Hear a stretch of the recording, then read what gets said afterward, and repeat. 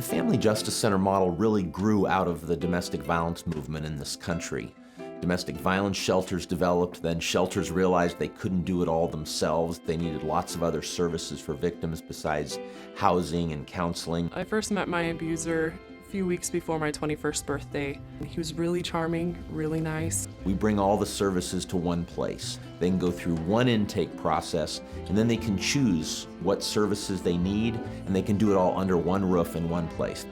My parents were really disappointed that I got pregnant before I was married, and he used that as a wedge between me and my family. He would say things like it was us against the world. The survivor doesn't have to go to 15 or 20 different places and talk to 15 or 20 different people. He would come home from work and realize how overwhelmed I was and get angry. And he would throw things against the wall, which would scare me and wake up the baby. This is essentially not just a one-stop shop for service providers for victims of family, domestic, sexual violence, and elder abuse, but it's also truly a collaboration. The Salem Police Department legal advocate gave me a bunch of phone numbers, and it was overwhelming. And I told her I lived in Clackamas County, and she said, oh, well, there's just one phone number you need then, and it's to Clackamas Women's Services. Now somebody walks through the door and it's, how can we help you? How can we provide the services and resources that you need in one place and wrap those services around you in a supportive way that's meaningful to you? They pull together resources that women can use, from housing, from victim assistance, legal assistance, counseling, support groups. Having it all in one place here is a leap, for the women that receive services, that they know that they can come to one place and get all the services that they need and that they know that they're safe here.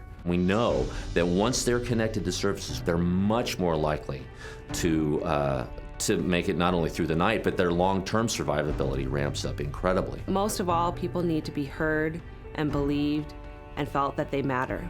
And that's when things start to turn around for them. If it wasn't for Clackamas Women's Services, none of us would be doing this work today, and certainly not in a Family Justice Center model. This is not just about adult victims of family violence. This is about adult victims and their children. In America, we raise our criminals at home. And the vast majority of people we lock up in this country for all crimes came out of homes with some mix of child abuse and domestic violence and/or drugs and alcohol.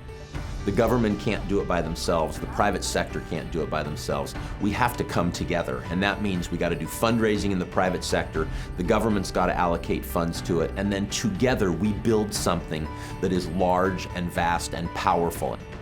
We're not going to have any single agency change the world. Clackamas Women's Services is the foundation for a safe place, and if you want to make a difference a generation from now, you invest in Clackamas Women's Services.